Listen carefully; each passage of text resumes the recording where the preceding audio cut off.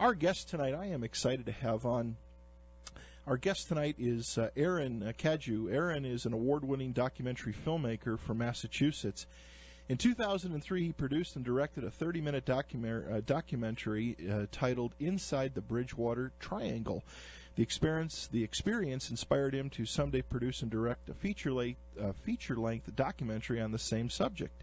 In 2010, he teamed up with filmmaker Manny Fellamore, I believe it's how it's pronounced, to begin production on the Bridgewater Triangle. He also owns and operates Bristol County Media, LLC. It's a subdivision of Big Operations Productions, a company specializing in video production services. So we're going to talk about his new film tonight. Without any further delay, let's get him on the line. Aaron, good morning. Welcome to Fringe Radio and AM 630. Good morning, Pat. Thank you very much for having me. It's an honor to be here. Well, it's an honor to have you here, and thank you for staying up late on the East Coast. But, hey, this is the time of the night to talk about this kind of stuff. Well, it's an honor to be here, like I said, and I'm a night owl, so it's not a big deal for me. Well, sounds good. Well, hopefully your partner, your co-director Manny, will call in, but if not, we'll just go ahead with us, and we'll have some fun. And I read a little bit of just a hint of your bio. Why don't you give our listeners here on Fringe and in Salt Lake City, just give them a little bio about you, a little bit of the backstory, a little bit of your backstory, how you got into filmmaking, and kind of all the things that took you to where you are today. Well, I'm lucky enough to have always known that I wanted to be a filmmaker. You know, I started making films as young as, in the 5th grade with the neighborhood kids with somebody's home video camera. We'd write scripts and film our own movies. And do these kind of things in the backyard. And fast forward to 2001, I graduated high school and attended Fitchburg State College here in Massachusetts, majored in communications with a concentration in video production. And in 2003, while enrolled there, I was looking around on the Internet for a possible documentary topic, and Halloween's always been my favorite holiday. I've always been drawn to the dark or the spooky. I'm not necessarily a paranormal researcher or an investigator. As a matter of fact, I don't really consider myself that. Mm-hmm. But one night I was doing research on a location in Massachusetts called Spidergate Cemetery, which is up near Worcester. And while I was researching that topic, I happened to stumble across an article written by Christopher Pittman on his website, cellarwalls.com. He talked about this area in southeastern Massachusetts called the Bridgewater Triangle. And I started reading more about the Bridgewater Triangle and started looking up other articles in addition to Chris's, and I kind of realized that, wow, I grew up in Dartmouth, Mass., which is just south of the Bridgewater Triangle, and I had already known about activity in the Freetown State Forest, which is part of the concept of the Bridgewater Triangle. Growing up about 6 miles down the road from the Freetown State Forest, but at that point, as a kid, I didn't realize that the people were tying in all of the stories from the Freetown State Forest into this larger concept of the Bridgewater Triangle. So I made a small half-hour documentary on the Bridgewater Triangle when I was in Fitchburg. It was more or less just a practice film. I never really intended for it to be anything more than that. And I gave a copy to a friend when it was done. And at the time, I had used copyrighted music and images in it, and I didn't really know what I was doing. Because I was really just a dumb college student.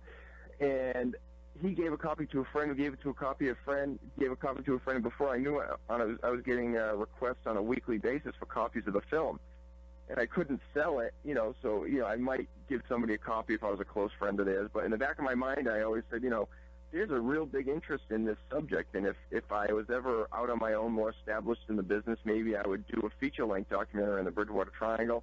Fast forward to 2010, started laying the foundation to redo the film and do a more in-depth piece, and I came across Manny Fellamori's information online, found out that he was planning to do a Bridgewater Triangle documentary, and we decided to pool our resources and come up with one comprehensive film on the subject.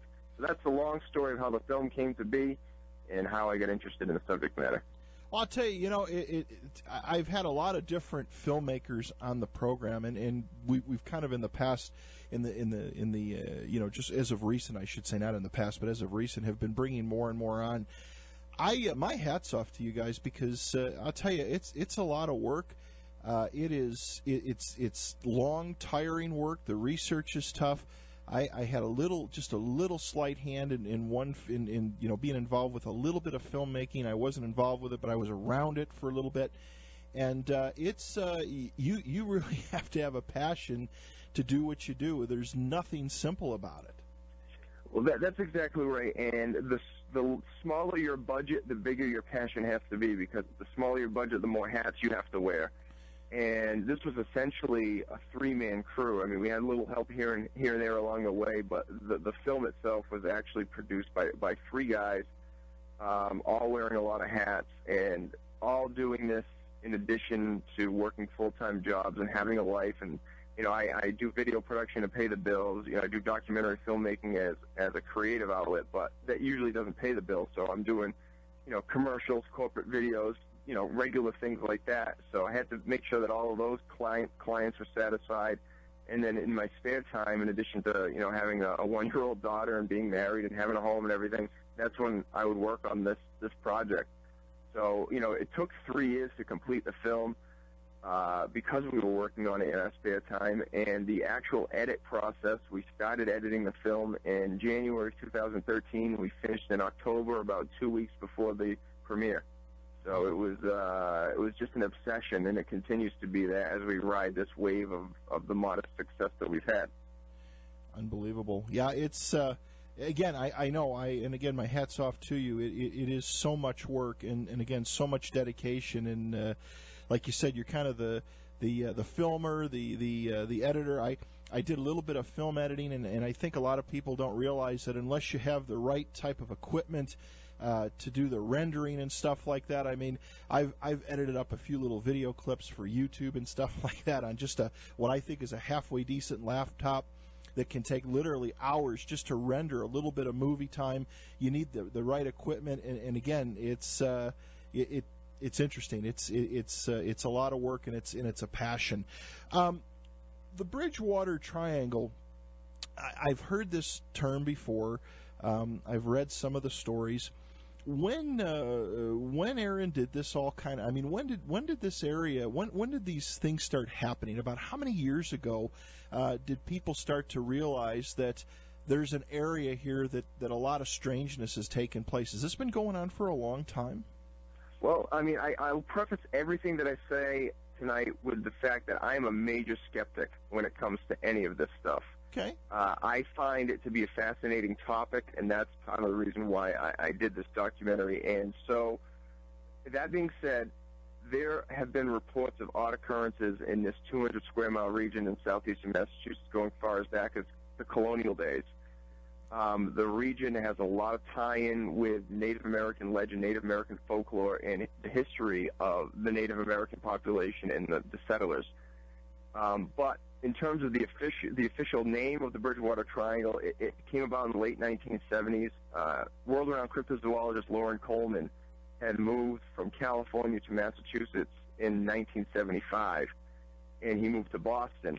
And as soon as he relocated to Boston, just as he had done in California, he put his ear to the ground to listen for odd reports coming out of the area. And he kept getting reports, specifically in southeastern Massachusetts, all stemming from this region in Bridgewater, especially this location known as the Hockomock Swamp. And a lot of the reports that he was documenting, of course, were of a cryptozoological nature because that was his specialty. And he was getting reports of Bigfoot creatures and giant snakes, thunderbird sightings, all of these strange creature phenomenons, specifically around the Hockomock Swamp region. But as he kind of looked at the area as a whole, he noticed a lot of other strange phenomenon occurring in the region. And the sightings that he was reporting and the incidents that he was reporting, he started to pinpoint on a map and noticed this, what he came up with as a triangle. And I think part of that was due to the fact that the Bermuda Triangle was a popular subject at the time, so it's kind of a play on words, but nonetheless, he was getting a lot of reports in this area, which ended up being approximately a 200-square-mile region in southeastern Massachusetts, with the northern apex of the triangle being the town of Abington, Massachusetts, southeastern apex being Freetown, Massachusetts, and the southwestern apex being Rehoboth, Massachusetts. Now, he set these boundary borders up more or less as a guide, And to this day, there's a lot of debate as to whether it's really a triangle, whether it's a larger area, smaller area, and the border of the triangle is something that's disputed by researchers and investigators on a routine basis. Wow, so it's been, again, it's something that's been going on for quite some time. And is the activity, Aaron, is it still continuing today? Yeah, as recently as I'm trying to remember when this happened. Maybe towards the end of 2013, a Bridgewater State College student pointed his video camera out of his dorm room window and captured some strange lights in the sky. Now, what those lights actually were is up for debate, and a lot of people are saying that they were nothing more than Chinese lanterns, but he posted his video on YouTube, and within 48 hours, he had 75,000 views. Wow. Which is absolutely incredible for the number of views in that short time period. But, I mean, we knew when we released this film that people were going to come out of the woodwork with stories that we had never heard before. And sure enough, you know, we have the website for the film. It's the BridgewaterTriangleDocumentary.com, and we had a section. We knew that we were going to be getting a lot of stories, and we set up a section on the website called Your Stories, and we've been getting people submitting stories, you know, on a weekly basis since then. So there are a lot of reports still coming out of the area. And, you know, the legitimacy of the triangle is something that's up for debate. I mean, paranormal activity, unexplained occurrences happen across the country. And whether or not there's a concentrated level of them in Bridgewater, in the Bridgewater Triangle area, is something that we discussed, and it's difficult to answer. But there does seem to be a higher incidence of reports coming out of the area as far as I can tell. Well, and the thing is, too, what's interesting that I've noticed about it is it's kind of a mix of everything. It's you know, UFOs, poltergeists, you know, orbs, Bigfoot, cryptozoology. You know, read something about gigantic snakes, and even cattle mutilation. So it's you know, I mean, some of these things seem to happen throughout the world, but at least in the United States, they seem to occur in, you know, the same things tend to occur in similar areas, but this is kind of, like you said, it's kind of a melting pot. It's all in one concentrated location. Yeah, and, you know, I like to think of it as not necessarily just the paranormal, but it's kind of a buffet of the unexplained and the mysterious. Because in addition to the paranormal claims of things like Bigfoot sightings and UFOs and ghosts and things like that, you also have the historical tie-in with the Native American folklore, and you have some geological and archaeological mysteries in the region, some high-profile ones. And especially when you're talking about the Freetown State Forest region, you have a lot of bizarre true crime incidents that happen there. So you have kind of just like this laundry list of things that aren't necessarily just paranormal, but just the unexplained in general. Very interesting. Very interesting. When you did the documentary, did you do a lot of? I mean, did you sit down? I would assume you did. Did you sit down with a lot of these people that had these experiences, and kind of get their individual stories? I mean, that to me, that the film, of course, be fun to make, but the research and the history is probably the most interesting piece. Yeah, absolutely. And one of the goals of our film was we wanted to feature as many first-hand eyewitness accounts as possible. I mean, granted, there are, you know, you're going to get some people talking about second-hand accounts, or someone knows a guy who saw something or something like that. But we did feature as many first-hand eyewitness accounts as possible, and we thought that made for the best content for the film. And it was really interesting sitting down with some of these people. And even as a skeptic, there were a few stories that we featured in the documentary that were particularly interesting to me, and even made me take a step back and say, wow, maybe there really is something strange going on in the Bridgewater Triangle area. And, you know, in terms of doing the research, that was one of the benefits of working with Manny.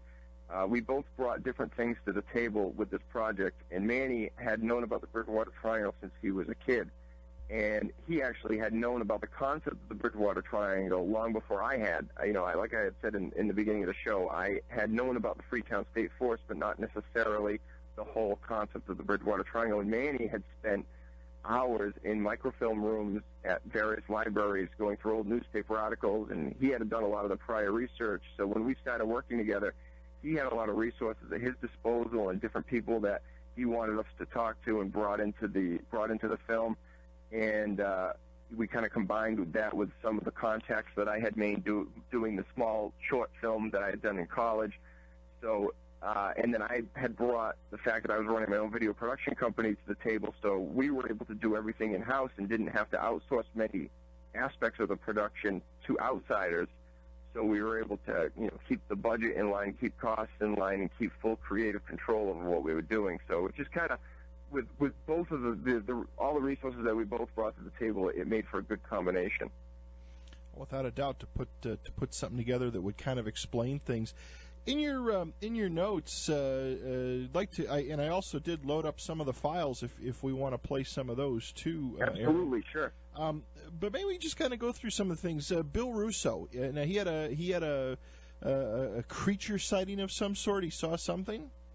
Yeah, and I guess before just to kind of put this into context. Sure. I had mentioned, the Bridgewater Triangle is 200 square miles. And one of the most common misconceptions from people that aren't from the area is that the Hockomock Swamp is the Bridgewater Triangle. While the Hockomock Swamp is located entirely within the Bridgewater Triangle, it's not the whole triangle. There are other locations and areas and towns that make up this whole 200 square mile region. So the Hockomock Swamp is a portion of the Bridgewater Triangle, and it's probably the most well-known location within the triangle.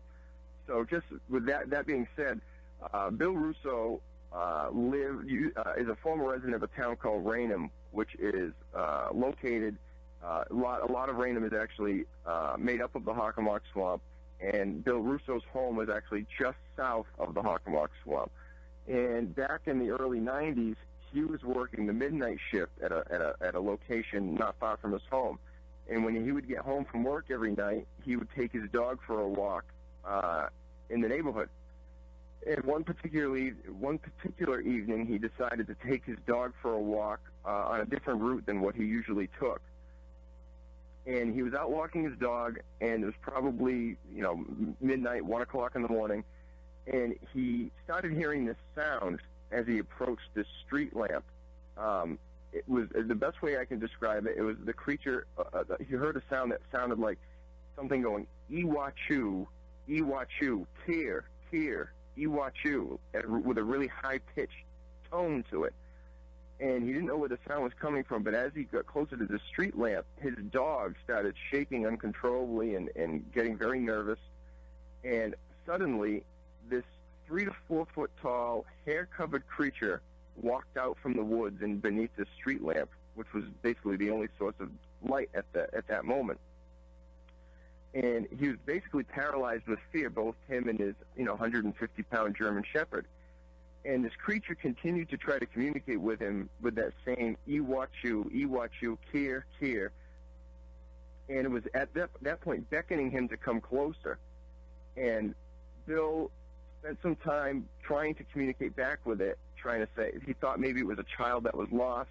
He thought it was somebody maybe wearing a costume. But as he got closer, he saw that wasn't the case and that this was some sort of creature that he could not identify. He said it was 3 to 4 foot tall, covered with hair, with a pot belly, a face that looked kind of like a chipmunk, almost like a miniature Bigfoot creature, but with like a different kind of from face. Star Wars. Yeah, exactly. Yeah, and it's easy enough to dismiss a story like that as somebody being crazy. And Bill eventually just moved along and left because he was just so scared. Him and his dog were just so scared.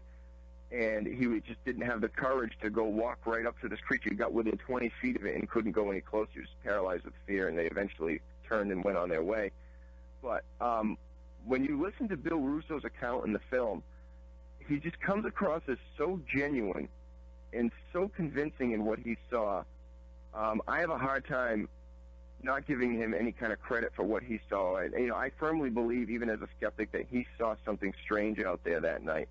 And when you watch the film, that is one of the most popular scenes that we feature in the film. When people watch this movie, they step away from it afterwards and say, that story by Bill Russo was my favorite part of the movie, one of my favorite parts. And it's just, his story just made the hair on the back of my neck stand up, made the hair on my arms stand up. And to this day, it remains one of my favorite stories I've ever encountered from the Bridgewater Triangle. And we were very lucky to get him to do the interview. And one of the most interesting things about his story is that he waited almost 20 years to come out with his story. He waited till he had retired. He had waited till, he felt the time was right, and he wrote a little internet blog about his story, and that's how we found him. And he was gracious enough to agree to do the interview. Yeah, that's. I mean, like I said, when you tell a story, it sound like a Star Wars type creature of sorts. Wow, like a miniature Bigfoot, if you will.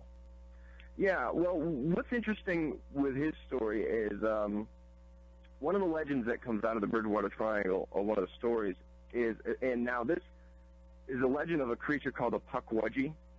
Pukwudgies are 3 to 4 foot tall, troll-like creatures that are associated with Native American folklore. Now, in the folklore, Pukwudgies are usually described as looking like a miniature version of a Native American, and they're these small troll-like creatures with pale gray skin, enlarged fingers and ears, and they almost resemble a troll, and they have like a pot belly. And in Wampanoag history and folklore, Pukwudgies were seen as like a trickster or a mischievous little creature that would play pranks on people and do mischievous things like that. But as the history of the Wampanoag tribe continued, these creatures eventually developed a reputation for being evil and to be almost as being dangerous and murderous and having more of a sinister existence. And most of these Pukwudgie sightings that have been reported in the Bridgewater Triangle have taken place in the Freetown State Forest, which is a location that's 20 miles to the southeast of the Hockomock Swamp. They're two separate locations. But if you read into some of these accounts of Pukwudgies, sometimes they're reported as being hair-covered. And after I had interviewed Bill Russo about his encounter, I said to him, after we were done, I said, what you described sounds a lot like these Pukwudgies that people report, especially in the Freetown State Forest region. So now it's a lot of researchers and investigators are saying that they think that Bill Russo may have encountered one of these Pukwudgies. And he actually went on, after we had interviewed him, Destination America found out about him, and he was actually featured in a recent episode of Monsters and Mysteries in America on Destination America. Because of his involvement with our film, they picked up on his story, and it was actually featured there as well. Was anybody ever able to grab a photo of one of these little critters? No photographic evidence has ever been captured of a Pukwudgie. But we did have him work. For some of the things that we didn't have the budget to reenact for our film, we had some very talented artists come up with some sketches. And one of the things that we had sketched was this Pukwudgie creature, and we had Bill Russo work with this artist directly, almost like a police sketch artist, to come up with a representation of what he saw. And Monsters and Mysteries in America did the same thing. I shouldn't say they did the same thing. They came up with a reenactment of what Bill Russo claims he saw, but Russo has gone on to say that our drawing or artist rendition of what he saw is a lot more accurate than what Destination America actually came up with. And to this day, he says that the artist rendition that we came up with for his sighting is the closest thing that anybody has ever put together of what he saw. Wow. So it's got now people are down there looking around for these little things. The Pukwudgie, the legends of the Pukwudgie. As a skeptic, if I hadn't heard Bill Russo's story firsthand and hadn't interviewed him for the film, the story of the Pukwudgie would be one of those things that I would probably dismiss as being foolish because, I'm such a skeptic when it comes to these things. But after hearing Bill Russo's account, I guess I have to put more weight into the legend of the Pukwudgie than I had originally given it. Yeah. Interesting. Carl writes in, we actually got quite a few questions sent in for you, Aaron. Carl writes in, says, can Aaron talk a little bit about the red-headed hitchhiker? Is this a paranormal experience that people have had? The red-headed hitchhiker is an interesting legend, and it comes out of the southwestern portion of the Bridgewater Triangle. There's a town there called Rehoboth. And of all the towns in the Bridgewater Triangle, that's the area that's most known for ghost sightings. The triangle, like I said, is 200 square miles, so in different regions of the triangle you have different things going on. The Hockomock Swamp region is most known for cryptozoological sightings. Freetown State Forest is most known for Native American legends and criminal activity, and Rehoboth is most known for ghosts. And there's a roadway that stretches along in Rehoboth called Route 44. It's not a major interstate highway, but it's one of those busier back road routes. And along there's this legend, or I guess all legend comes from somewhere, but it's mostly known as an urban legend, the story of the red-headed hitchhiker of Route 44. And it's supposed to be this ghost of this hitchhiker who walks along the highways trying to hitch a ride. And he's described as having long red hair, a long red beard, and he wears overalls almost like he's like a farmer. It's an older gentleman. And people, the story first came to light in a book by a gentleman named Charles Turk Robinson. It's called New England Ghost Files. And he gathered up some eyewitness reports of this red-headed hitchhiker, people that claim that they had run-ins with this alleged ghost while driving along Route 44. And he protected the identity of these witnesses by changing their first names. So we don't have the actual identities of these people. We're just taking it at Charles Turk Robinson's word that he came up with these eyewitness accounts. And reports say that, you'll be driving along Route 44, your car will break down, and then suddenly you'll be approached by this ghost who will ask for a ride and then suddenly disappear. Or you'll be driving along Route 44 and all of a sudden your radio will go crazy and you'll hear this spooky voice come across your radio. Or you'll be driving along and this red-headed man will appear in the windshield. Or then there are more urban legend-type stories that if you drive to the border of Seekonk and Rehoboth and you stop your car, you start the engine up again, you put your headlights on, all of a sudden he'll appear in the car. If you're driving with three people, he'll appear in the fourth seat. All of these different things. And we actually have a section of the film that talks about the red-headed hitchhiker. And, we did our best with this film to present all the information in a very journalistic, matter-of-fact manner.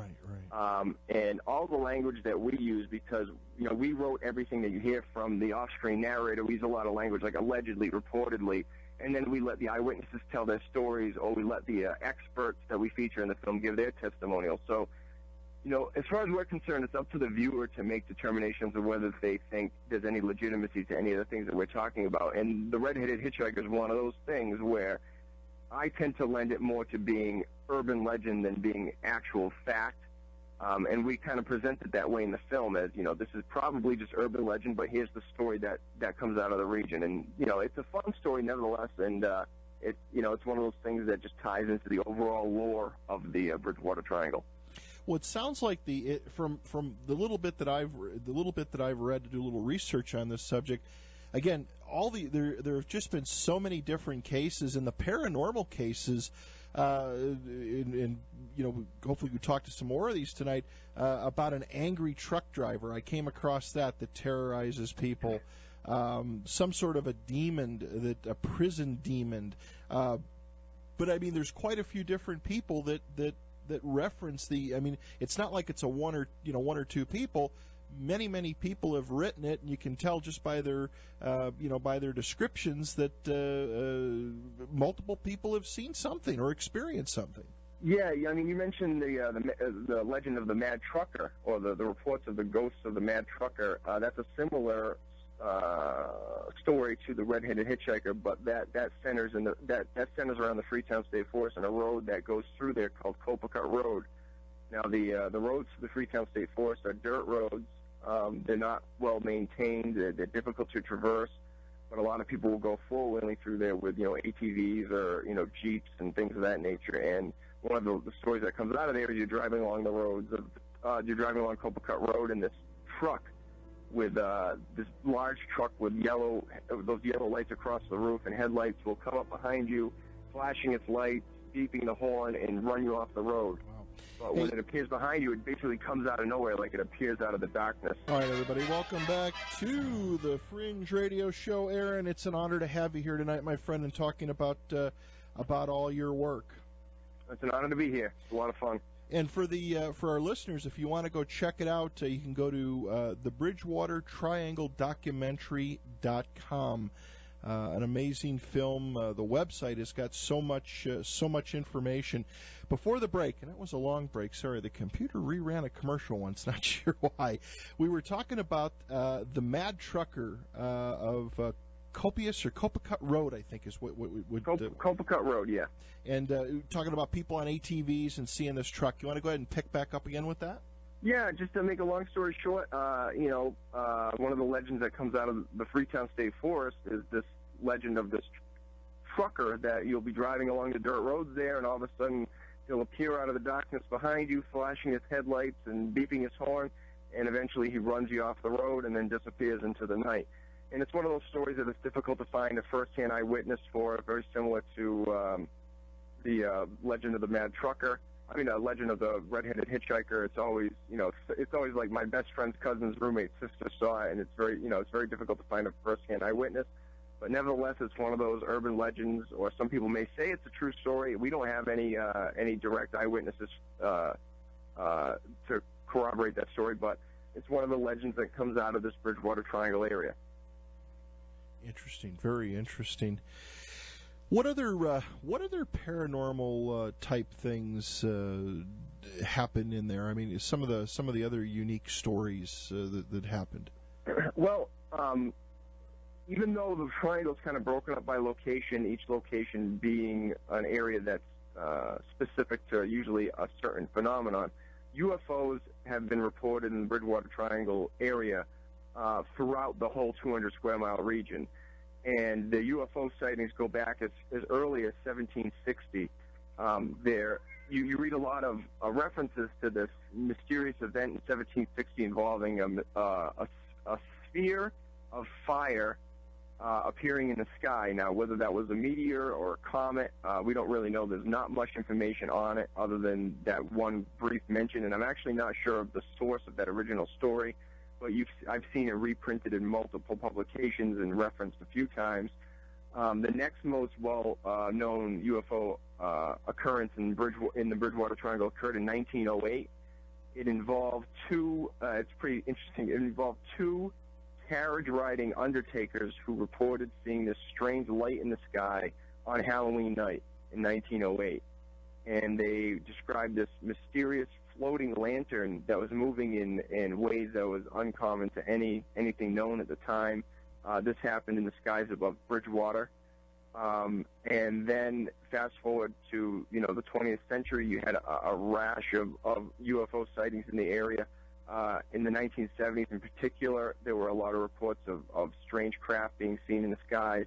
And in 1979, in particular, in the spring of 1979, there was a lot of reports coming out of the area of these large home plate-shaped, low-flying, slow-flying UFOs in the Bridgewater Triangle region and in southeastern Massachusetts. And there was one particular sighting occurred in that spring of 1979 involving two WHDH news reporters who were traveling to a location surrounded by the Hockomock Swamp called the Rainham Dog Track. Now, they were getting off of Route 24, which is a pretty major highway in the area, and as they got off the exit, they saw this light in the distance getting closer and closer, and it was an unusually bright light. And as it got closer, they actually ended up pulling the vehicle over to the side of the road and actually stepped out of the car, and this very, very large, low-flying, home plate-shaped UFO flew right over the exit. And the two gentlemen, their names were Jerry Lopes and Steve Sprazier, and they have since moved out of the Bridgewater area, but they're both still working in the news. And Steve Sprazier described this craft as being as large as five 747 aircraft stacked wing to wing across the sky. And the interesting thing about it is, they saw this craft, it flew very slow, very low, and then all of a sudden just took off and disappeared. And in that same spring of 1979, a lot of different eyewitnesses were describing this same craft. And the Brockton Enterprise, which is a newspaper down in this area, ran a story about all of these eyewitness reports of this strange UFO, including descriptions from Jerry Lopes and Steve Sprazier. But they came up, they had the artist at the Brockton Enterprise come up with a composite sketch of what these people were seeing, and it was a dead-on match for what Jerry Lopes and Steve Sprazier said that they saw. And Steve Sprazier actually had built a little model out of wood to accurately depict what he saw. So that was one of the more interesting stories that we came across, again, especially as a skeptic myself. I firmly believe that these witnesses all saw something. Now, whether it was of an extraterrestrial origin or some top-secret government aircraft, I can't say for sure. But it's a story that we feature in the film, and it's one of those stories that people remember when they see the film. Sure.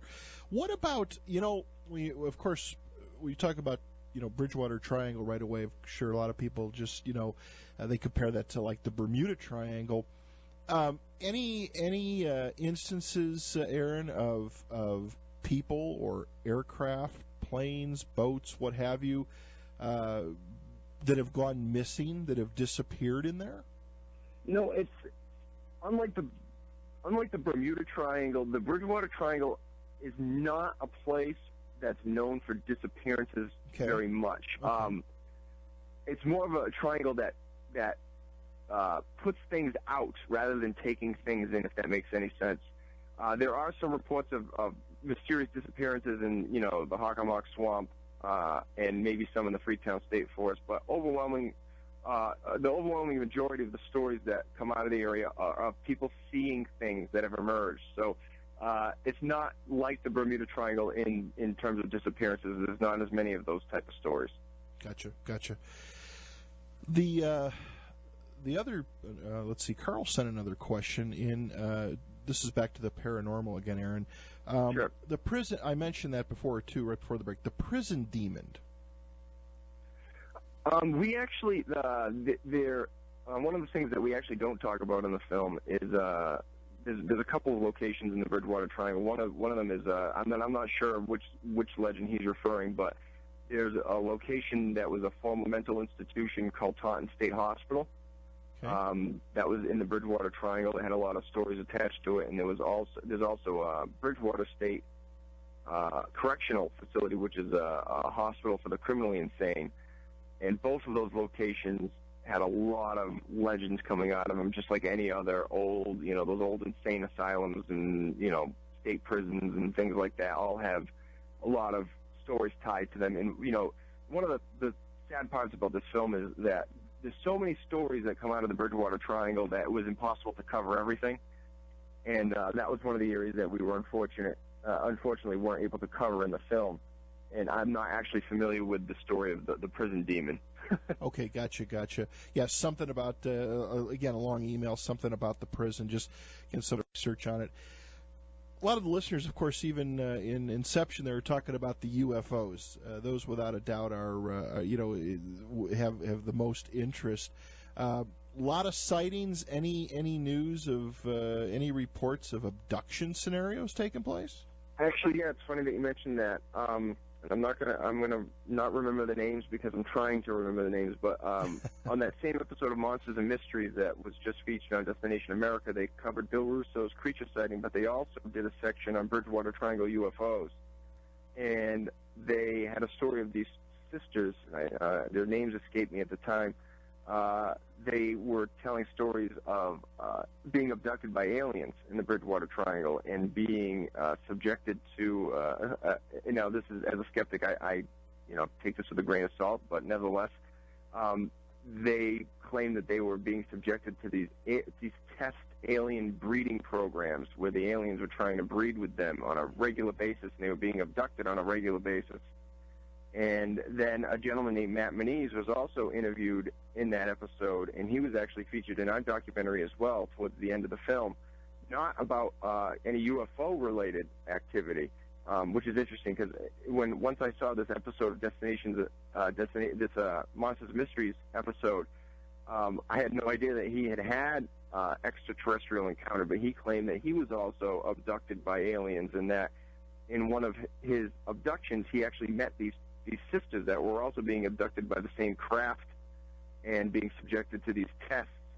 And so those stories were featured on Monsters and Mysteries in America. We didn't actually interview anybody who claimed to have been abducted by anybody, but one of the researchers that we interview in the film is a gentleman named Chris Pittman, and he's actually pretty well known in the UFO community, and he's done a lot of he's been featured on a lot of shows, like he was actually on that episode of Monsters and Mysteries, but he's also been featured quite a bit on Ancient Aliens.